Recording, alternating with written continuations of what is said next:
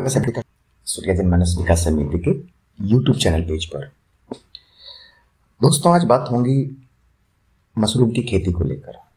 Mushroom की खेती, तरीके, उत्पादन एवं लाभ पर बहुत सारा वीडियो हमने बनाया है जो आप लोगों ने देखा भी है। अंत तक आज बने रहें, इस वीडियो को देखें, क्योंकि आज मशरूम में होने वाली बीमारियों के बारे में एवं उसके निदान पर चर्चा होगी। दुनिया भर में मशरूम की अनुमानित 14,000 प्रजातियां पाई जाती हैं। हमारे देश में और हमारे आसपास मुख्य तौर पर 2 से 3 तरह की ही प्रजातियां हम लोग देखते हैं।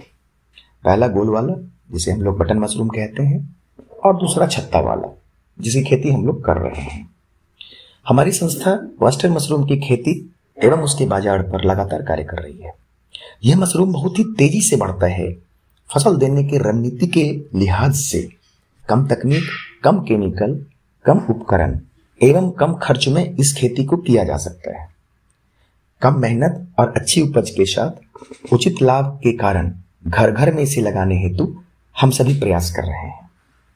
आज बात करेंगे इसमें होने वाले रोग, नुकसान एवं निदान पर।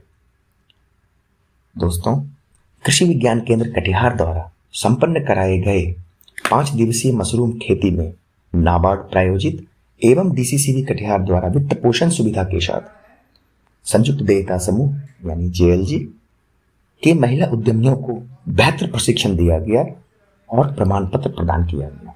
बेहतर खेती, स्वास्थ्य एवं आर्थिक लाभ के साथ साथ इसमें कुछ बीमारियां भी होती हैं जो हमें जानने की जरूरत है। आसान खेती है, लेकिन इसका यह अर्थ नहीं कि एक बार में उपज हो जाए। जिस प्रकार अन्य खेती में रोग लगता है, हम मनुष्यों में भी बीमारियां होती हैं, उसी प्रकार मशरूम की खेती में भी बीमारियां होती हैं।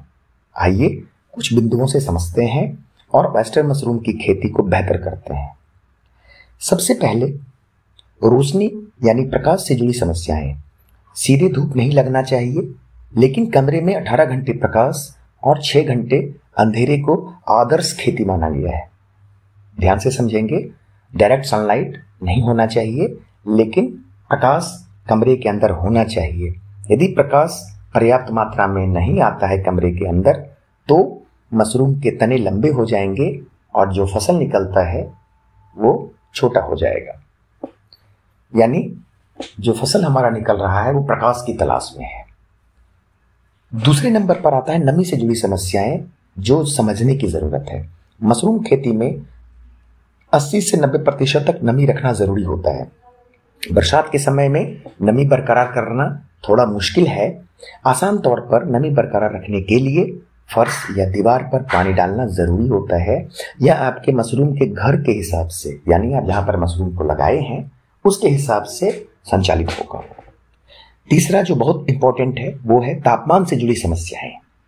ज्यादा गर्मी में इसका उत्पादन कम हो जाता है। इसी कारण ऐसे जगह पर इसकी खेती हो जहां के अंदर का तापमान 15 से 20 डिग्री सेल्सियस रहे, या हम घरेलू तकनीक से तापमान को केंद्रित कर लें और पुआल या फूस से छावनी कर दें। जूट के बोरे का इस्तेमाल करें, बीच बीच में पानी का छिड़काव करते रहें। नीचे में हम बालू बिछा सकते हैं यदि झोपड़े का मकान है, और उस पर हम पानी दे करके, यानी जिस जगह पर, जिस कमरे में आप मशरूम की खेती कर रहे हैं वहां पर तापमान को कंट्रोल करना अनिवार्य रहेगा और वहां का तापमान 15 से 20 डिग्री सेल्सियस बना रहे। यह हम लोग गांव के किसान इसे मेंटेन जरूर कर सकते हैं। चौथे नंबर पर आता है पैकिंग करते समय जुड़ी समस्याएं। पुआल या भूसे से पैकेट तैयार करते समय साफ सफाई और आसपास का वातावरण, और पुआल के मामले में 8 से 12 घंटे तक स्टेरिलाइज मतलब चूना पानी के घोल, ब्लीचिंग पाउडर में फुलाकर भिगो कर रखना अनिवार्य होता है। भूसा के मामले में कम से कम 14 से 18 घंटे तक पानी में रखना अनिवार्य होता है, और पुआल के मामले में 8 से 12 घंटे तक रखना जरूरी होता है। इसके बाद इसे गर्म करना अनिवार्य है, और गर्म करने के बाद ही पैकिंग करना चाहिए। और यह ध्यान रखना चाहिए कि पुआल या भूसे में पानी न रहे, नहीं तो फिर वो सड़ जाता है। अब ये सावधानी तो हो गई अब मुख्य तौर पर ऑयस्टर मशरूम की खेती में हम लोग किस किस तरह की बीमारियों का सामना करते हैं और उसका निदान कैसे होता है, उस पर बात करते हैं।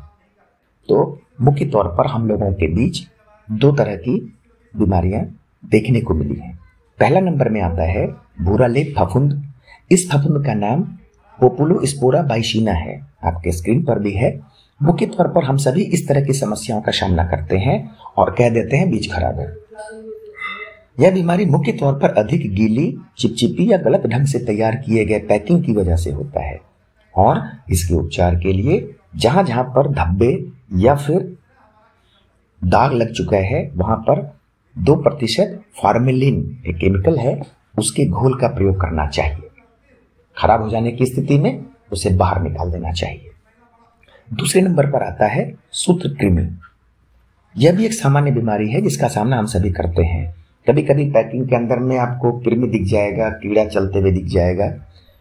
तो सूत्रकृमियों का प्रकोप फसल में कभी भी हो सकता है 2 महीने के दरमियान। यह सूक्ष्म जीव है। मशरूम का कवक जाल जो सफेद होता है चारों तरफ, यह इन कृमियों का मुख्य भोजन है, उसे खा जाता है और यह पूरी फसल को नष्ट कर देता है। इसकी संख्या काफी तेजी से बढ़ती है, 50 से 100 गुना प्रति सप्ताह। यह भी मुख्य तौर पर कंपोस्ट बनाने में, यानी जिस समय हम लोग बैग तैयार करते हैं उसी समय की लापरवाही के समय से स्टार्ट होता है।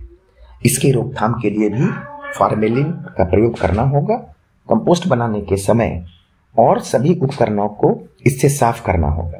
पैकिंग करने के पहले मशरूम उत्पादन कक्ष को 2% फॉर्मेलिन के घोल का छिड़काव करना होगा। कक्ष को यानी मशरूम घर को बिल्कुल साफ रखना होगा। मकड़ी, मक्खी, कीड़े से बचाना जरूरी होगा। कभी भी हम बाहर से मशरूम घर में प्रवेश करते हैं तो जूते चप्पल को उतारना अनिवार्य होगा और जो भी संक्रमित थैली है उसे बाहर कर देना चाहिए ताकि दूसरा बैग हमारा प्रभावित नहीं हो जाए। यह था मशरूम की खेती का रिस्क फैक्टर यानी रोगों से निदान।